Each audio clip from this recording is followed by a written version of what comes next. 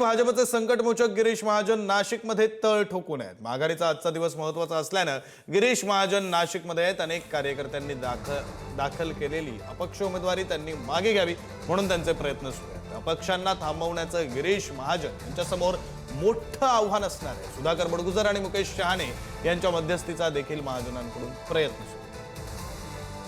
प्रतिनिधी किरण ताजने या संदर्भातली माहिती देतात। किरण, विक्रांत, खरं म्हणजे आपल्याला माहिती आहे की भाजप नाशिकमध्ये स्वबळावर लढते। 122 जागा आहेत आणि त्यासाठी तब्बल 1200हून अधिकचे अर्ज हे भाजपकडे दाखल झालेले होते। त्या सगळ्या अनुषंगाने 122 जणांना उमेदवारी देत असताना दुसऱ्या पक्षातील देखील अनेक जणांना संधी भाजपने दिलेली आहे आणि अशा सगळ्या परिस्थितीमध्ये नाशिकमध्ये मोठ्या प्रमाणात अपक्ष उमेदवारी दाखल झालेली आहेत। अनेकांनी बंडखोरी केलेली आहे। महत्वाची बाब म्हणजे यामध्ये निष्ठावंत कार्यकर्त्यांना डावललं गेल्यानं त्यांचा उद्रेक देखील बघायला मिळालेला होता। त्यांच्याकडनं देखील अपक्ष उमेदवारी अर्ज दाखल करण्यात आलेला आहे। अशा या सगळ्या परिस्थितीमध्ये बंडखोरी कमी कशी करता येईल यासाठीचा प्रयत्न आता मंत्री गिरीश महाजन यांच्याकडनं केला जातोय।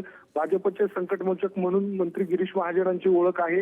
अशा या सगळ्या परिस्थितीमध्ये भाजप समोर या बंडखोरीचं नवं संकट जे उभं राहिलेलं आहे ते कशा पद्धतीनं कमी होईल याच्या दृष्टीनं गिरीश महाजन तळ ठोकून आहेत। ते आता कशा पद्धतीने या उमेदवारी अपक्ष जे आहेत त्या मागे घेतात याकडे लक्ष लागून आहेत। विक्रांत, बरं, धन्यवाद किरण दिलेल्या या सगळ्या सविस्तर माहितीसाठी।